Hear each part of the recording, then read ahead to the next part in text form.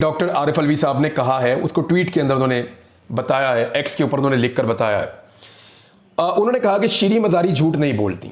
Actually शीरी मज़ारी साहिबा ने एक इंटरव्यू दिया था साकिब बशीर साहब को, और वो इंटरव्यू उसका कुछ हिस्सा मैंने भी देखा है।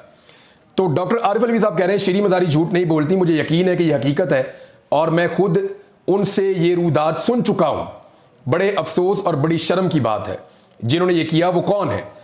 क्या वो हैं जो दहशतगर्दों का मुकाबला करते हैं, या वो हैं जो सरहदों की हिफाजत करते हैं, या वो हैं जिन्होंने कहा कि हम आइन में अपना रोल पहचानते हैं, या वो हैं जिन्होंने आइन पढ़ा नहीं? यानी ये इशारा कहां कर रहे हैं, आपको आइडिया है? या वो हैं जिन्होंने जिन्ना साहब को कोयटा गैरिजन की तकरीर नहीं सुनी, या वो हैं जिन्होंने जिन्ना साहब की कोयटा गैरिजन की तकरीर नहीं सुनी, क्योंकि वहां पे बड़ा क्लियरली जो है वो रोल के हवाले से कायद-ए-आज़म मोहम्मद अली जिन्ना साहब ने फरमाया था। फिर उन्होंने कहा मैं किसकी मजम्मत करूं, इदारा तो मेरा अपना है और मेरे वतन का मुहाफिज है, मगर क़यादत गुमराही की तरफ गामजन है। गुमराही 3 इकसाम की होती है। नंबर 1, रास्ता जानबूझकर गलत पकड़ा जाए। नंबर 2, रास्ता भूल गए और गुम हो गया। नंबर 3, अब परेशानी है कि अना बीच में रुकावट है कि वापस कैसे जाएं, जो कर दिया उससे पीछे कैसे हटें। ये आरिफ अलवी साहब का ट्वीट है। आगे वो फरमाते हैं कि अब भी वक्त है, तबाकुन जिद और नफरत छोड़ें, अमन और इंसाफ की तरफ कदम बढ़ाएं। कैदी नंबर 804 की तरफ से वादा करता हूं कि बदला नहीं लेगा, दरगुजर करेगा और हल निकल आएगा। ये डॉक्टर आरिफ अलवी साहब ने बहुत बड़ी पेशकश की है, और जिनको पेशकश की है बड़ा वाज़ेह अल्फाज में उन्होंने एक इदारे की तरफ इशारा किया और उन्होंने कहा जी उसकी क़यादत जो है वहां पे जो उन्होंने प्रॉब्लम है उसकी भी निशानदेही की। फिर उन्होंने कहा जी कि कैदी नंबर 804 यानी इमरान खान की तरफ से मैं गारंटी लेता हूं कि इमरान खान साहब के बारे में ये जो खदशात हैं कि वो बदला लेंगे या कोई ऐसी चीज करेंगे, वो बदला नहीं लेंगे, दरगुजर करेंगे और मामले का हल निकल आएगा।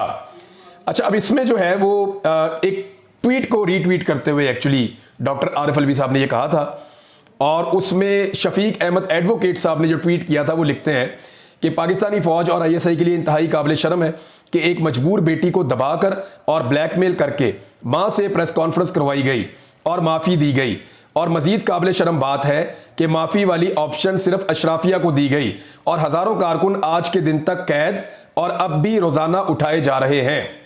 अच्छा, एक रिजवान साहब है पाकिस्तान तहरीक इंसाफ के, ये बड़ा फाइन आदमी है, मैं इसको रिजवान को जानता हूँ, बहुत पुराना, ये पाकिस्तान तहरीक इंसाफ का पुराना वर्कर है। यानी ये बड़े बड़े जो सियासतदान आपको आज दिखाई देते हैं ना, ये पार्टी में कहीं नज़र भी नहीं आते थे, ये पार्टी का शायद हिस्सा भी नहीं होते थे। आजकल ये बेनिफिशरी हैं, बहुत सारे, कोई MNAs बन गए, कोई MPs बन गए। लेकिन ये जो रिजवान साहब हैं ये बड़े लंबे अरसे से काम कर रहे थे, और अनफॉर्चुनेटली इन्हें भी जो है वो ये लापता हो गए हैं, और इनकी फैमिली का और बाकी जो कारकुन है उनका ये मौक़िफ़ है कि इनको जबरी तौर पर गुमशुदा किया गया है, और ये मामला भी अब अदालत में जाएगा। अदालत में इन चीज़ों की लंबी लंबी डेट्स आती हैं। लास्ट वाक़या जो वापस एक शख्स रिकवर हुआ वो अहमद फरहाद था, जो एक बड़े मकबूल शायर हैं पाकिस्तान में। उनको इस वाक़े के बाद और बहुत मकबूलियत मिली है, लोगों से बड़ा प्यार मिला है। तो मामला ये है कि रिजवान के लिए क्या सारे आवाज़ उठा रहे हैं? ये जितने लोग टेलीविज़न पे इंट्रोड्यूस हुए ना पाकिस्तान तहरीक इंसाफ के, इनमें से बेशतर लोगों की कोऑर्डिनेशन रिजवान साहब ने की हुई है, और वो मजबूर करते थे या रिक्वेस्ट करते थे टॉक शोज़ में कि जी हमारे इस नए मेहमान को ले लें, इनको टीवी के ऊपर इंट्रोड्यूस करें, ये बड़े पढ़े लिखे हैं, ये बहुत अच्छा बोलते हैं, तो ये जो है वो एक अच्छी रिप्रेजेंटेशन हो जाएगी पाकिस्तान तहरीक इंसाफ की। तो इस तरह की बातें ये करते थे। तो आज उनके लिए मैं देख रहा हूं कि कोई ज़्यादा ज़ोरदार आवाज़ नहीं उठाई जा रही। नाज़रीन, एक मुहिम चलाई गई है जस्टिस तारिक महमूद जहांगीरी साहब के खिलाफ, यानी 6 जजेस से जिन्होंने सुप्रीम कोर्ट ऑफ पाकिस्तान में जो है वो ख़त लिखा था और बताया था कि हमारे ऊपर दबाव है रियासती इदारों की जानिब से, और उन्होंने ये कहा था कि इसके ऊपर सुप्रीम कोर्ट ऑफ पाकिस्तान हमें गाइडेंस जारी करे। उस पर एक केस चल रहा है, वो अब लंबी लंबी डेटें हैं वहाँ पे।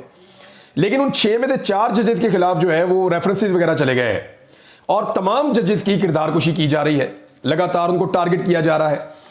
इस हवाले से जस्टिस तारिक महमूद जहांगीरी साहब के खिलाफ लगातार बहुत बड़ा प्रोपेगेंडा लॉन्च किया गया। मैं क्योंकि उस प्रोपेगेंडा का हिस्सा बनना नहीं चाहता, खबर आपको पढ़ के सुना देता हूं कि एक्चुअली खबर में क्या है। सोशल मीडिया पे उनके खिलाफ जो मुहिम चलाई गई है उस पर हंगामी इजलास Islamabad high court bar association ने तलब कर दिया है, और बार एसोसिएशन की एग्जीक्यूटिव कमेटी ने 9 जुलाई को हंगामी इजलास तलब किया है।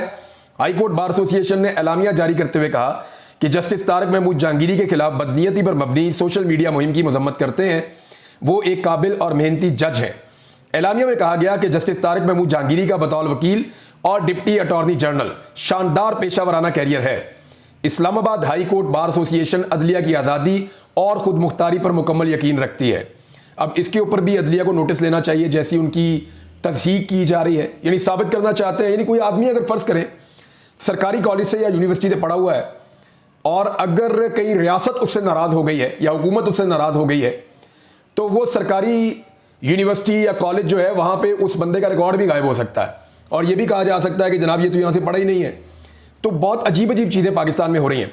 एहतशाम कियानी साहब लिखते हैं कि बहुत अहम खबर है, जर्नलिस्ट हैं वो दे रहे हैं कि इस्लामाबाद हाई कोर्ट में कल इस्लामाबाद के 3 हलकों के इंतखाबात में मुबैना धांधली के खिलाफ पाकिस्तान तहरीक इंसाफ की पटिशन पर अहम समाअत होगी।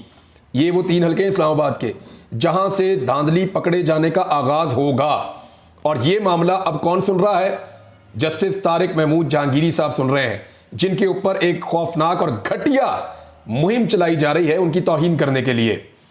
अब वो ये कह रहे हैं कि समाअत होगी, सिक्योरिटी के सख्त इंतजाम और कमरा अदालत में गैर मुतल्लिका अफराद के दाखिले की इजाजत नहीं होगी। कोर्ट रूम में एंट्री के लिए महदूद अफराद को खसूसी पासेज जारी किए जाएंगे। तो ये मामला मंतकी अंजाम तक अगर पहुंच गया ना, तो इस्लामाबाद की नशिस्तों के बाद पूरे पाकिस्तान की नशिस्तों के ऊपर काम शुरू हो जाएगा, बशर्ते कि सुप्रीम कोर्ट ऑफ पाकिस्तान इसके अंदर कोई हर्डल क्रिएट ना करे। और जो असल तरीकाकार है, यानी अगर आपने बनाना है एक कानून नया और आप बनाना चाह रहे हैं, आपने बना दिया है कि रिटायर्ड जज केसेस सुन सकते हैं, तो वो अगले इलेक्शन के लिए रख दें। आप जो पिछला इलेक्शन हुआ उस वक्त जो कानून था उसके मुताबिक जजेस को सुनने दें, ट्रिब्यूनल्स को उसके मुताबिक सुनने दें। एक्चुअली तो ये होना चाहिए और सुप्रीम कोर्ट को उसके ऊपर ये फैसला देना चाहिए। नाज़रीन, राणा सनाउल्लाह साहब ने एक और दावा किया और उन्होंने कहा कि 9 मई के वाकयात में पाकिस्तान तहरीक इंसाफ को बैरूनी मदद हासिल थी। अब ये उनका दावा है, देखें, और दावा उनका सामने आ रहा है 1 साल और 2 महीने के बाद, यानी 1 साल और 2 महीने के बाद राणा सनाउल्लाह साहब को पता चला, उस वक्त वो वज़ीर दाखिला थे। अब वो ये कह रहे हैं कि पाकिस्तान तहरीक इंसाफ को बैरूनी मदद हासिल थी और हंगामा आराई और अफरा तफरी के लिए पाकिस्तान तहरीक इंसाफ को बैरूनी मदद हासिल थी। जो कुछ भी किया इसके लिए इन्हें बैरूनी फंडिंग हासिल थी। दुश्मन ममालिक तहरीक इंसाफ के जरिए पाकिस्तान में अफरा तफरी चाहते हैं। अगर काबीना ने फैसला कर लिया तो पीटीआई को बैरूनी मदद के सबूत भी पेश किए जा सकते हैं। राणा सनाउल्लाह का कहना था कि बानी पीटीआई को अदालत ने इजाजत नहीं दी कि जेल में सियासी कॉन्फ्रेंसेज मीटिंग्स करें। इमरान खान को यह इजाजत नहीं कि वो जेल में रहकर ऐसी मनसूबाबंदी करे कि बाहर अफरा तफरी हो। नवाज शरीफ पर माजी में पाबंदी लगाई गई थी कि वो जेल में किसी से ना मिल सकें। अच्छा, नवाज शरीफ साहब से अगर पाबंदी लगी थी वो मुशर्रफ दौर में लगी होगी, डिक्टेटर के दौर के अंदर तो ये पाबंदी लग सकती है, लेकिन इमरान खान साहब के दौर के अंदर मैं खुद इस बात का गवाह हूं और बहुत सारे सहाफ़ी इस बात के गवाह हैं।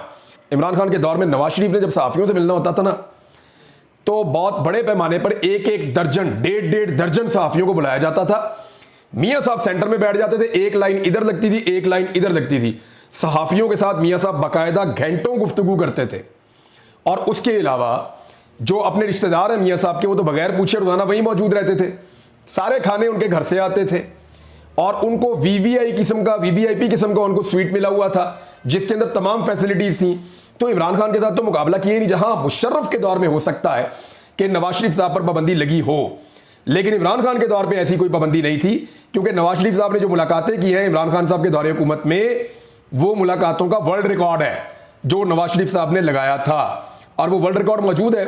आप उसको चैलेंज करना चाहते हैं जाके कर लें, लेकिन रिकॉर्ड निकालें और बताएं कि क्या नवाज शरीफ साहब ने तारीखी नौयत की सबसे ज्यादा मुलाकातें जेल में रहते हुए की हैं या नहीं की। इसका जवाब आप दे दें। एक और चीज है जी कि अंधाधुंध इश्तिहारात दे रही है पंजाब हुकूमत। किसानों की कमर तोड़ दी, मजदूरों की कमर तोड़ दी, गरीब आदमी को पीस के रख दिया, तनख्वाहदार तबके को धमकियां लगाई कि टैक्स तो देना पड़ेगा, आम आदमी को निचोड़ के रख दिया। सरकारी अफसरान जो हैं वो अपना बजट से घर नहीं चला पा रहे। ऐसी सूरत हाल में सबसे ज्यादा वो इश्तिहारात भी दे रहे हैं। यानी पाकिस्तान में अगर कोई हुकूमत सबसे ज्यादा इश्तिहार देने का मुकाबला है तो वो पंजाब हुकूमत का सिंध हुकूमत के साथ हो सकता है या वफाकी हुकूमत के साथ हो सकता है। पीपल्स पार्टी और पीएमएलएन धड़ाधड़ इश्तिहार दे रहे हैं ताकि मीडिया उनके खिलाफ कवरेजेस ना करे, और मीडिया का ऐसे ही मुंह बंद होता है। यही मुंह इमरान खान साहब भी बंद कर सकते थे चंद अरब रुपए खर्च के, लेकिन उन्होंने अवाम का पैसा मीडिया के ऊपर उस वक्त खर्च नहीं किया और सोशल मीडिया एक बहुत बड़ी रियलिटी बन के सामने आ गया। अब ये जो है पैसा खर्च करे, कभी ये फनकारों को पैसा देते हैं, कभी ये टिकटॉकरों को पैसा देते हैं, कभी ये सोशल मीडिया इन्फ्लुएंसर्स को पैसा देते हैं, और वो पोल खोलना शुरू हो गए। वो बता रहे हैं कि डबल पैसा वापस ले लो, हमने नहीं आपकी तारीफ करनी, लोग हमें गालियां देते हैं। क्योंकि आपके किए हुए गुनाह इतने बड़े बड़े हैं कि आपको जहां पे अच्छा बताने की कोशिश की जाए वो गुनाह हमारे गले पड़ जाते हैं और लोग हमारे पीछे आ जाते हैं। लिहाजा ये अब आप देखें कि मोहम्मद उमैर साहब ने खबर दी है कि जब इतने बड़े इश्तिहारात मिलेंगे तो कौन सा मीडिया बताएगा, और रोज़ाना इश्तिहार मिलेंगे। पंजाब के अस्पतालों की हालत जो है वो बदतरीन है, किसान जो है वो तबाह हो गया है, और वज़ीर आला हाउस का माहाना खर्चा 31 करोड़ हो चुका है। अरबों रुपए सिर्फ इश्तिहारी मद में खर्च हो रहे हैं, तशहीर के ऊपर खर्च हो रहे हैं। सोशल मीडिया सिर्फ असल तस्वीर दिखाता है और इसीलिए उनको कहा जाता है डिजिटल दहशतगर्द। तो ये जनाब सूरत हाल है। आसिफ अली जरदारी साहब के बारे में आपको बताता हूँ। ये आपको मिलेंगे ना तो आपको कहेंगे जी हम तो तनख्वाह भी नहीं लेते, हम तो मुल्क के इतने वफादार हैं कि हम तो इस मुल्क से तनख्वाह भी नहीं लेना चाहते, और इमरान खान की पार्टी के MNA तो तनख्वाह भी लेते हैं। ये आपको कहेंगे कि आसिफा जरदारी जो है वो तो तनख्वाह भी नहीं ले रही। ये आपसे कहेंगे कि हम तो जनाब तनख्वाह नहीं ले रहे, आसिफ अली जरदारी भी, आसिफा जरदारी भी तनख्वाह नहीं ले रही, लेकिन ये कौम के ऊपर कितना बड़ा बोझ है ये लोग, ये अब मैं आपको बताने लगा हूं।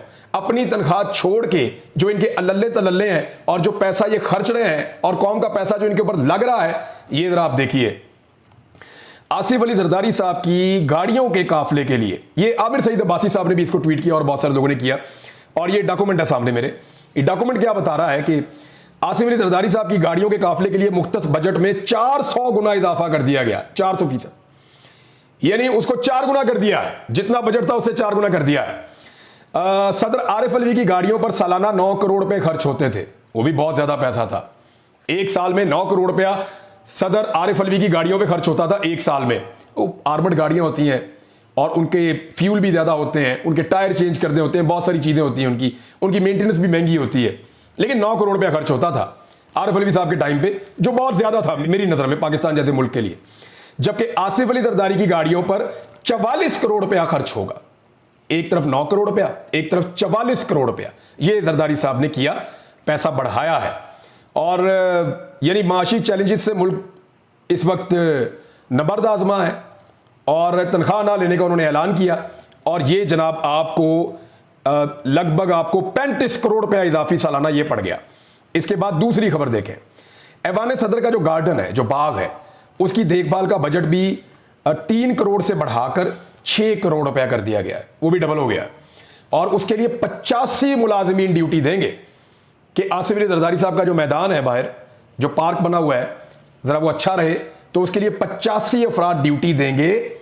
और किसी, आप मुझे एक बात बताएं कि क्या F9 पार्क के अंदर इतना बंदोबस्त किया जाता है? क्या इतना बजट, इतने पैसे किसी सरकारी पार्क के ऊपर भी लगते हैं जितने जनाब उन्होंने एक छोटे से ऐवान सदर के अंदर का जो एक पार्क है वहां पे इतना पैसा लगा दिया है? तो बजट 3 करोड़ से बढ़ाकर उसको 6 करोड़ कर दिया गया। पौधे वौधे इनको सरकारी नर्सरियों से मिलते हैं, हमें तो खरीदने पड़ते हैं ना। और 85 मुलाजमीन वहां पे ड्यूटी करेंगे। ये जनाब इनके हालात हैं।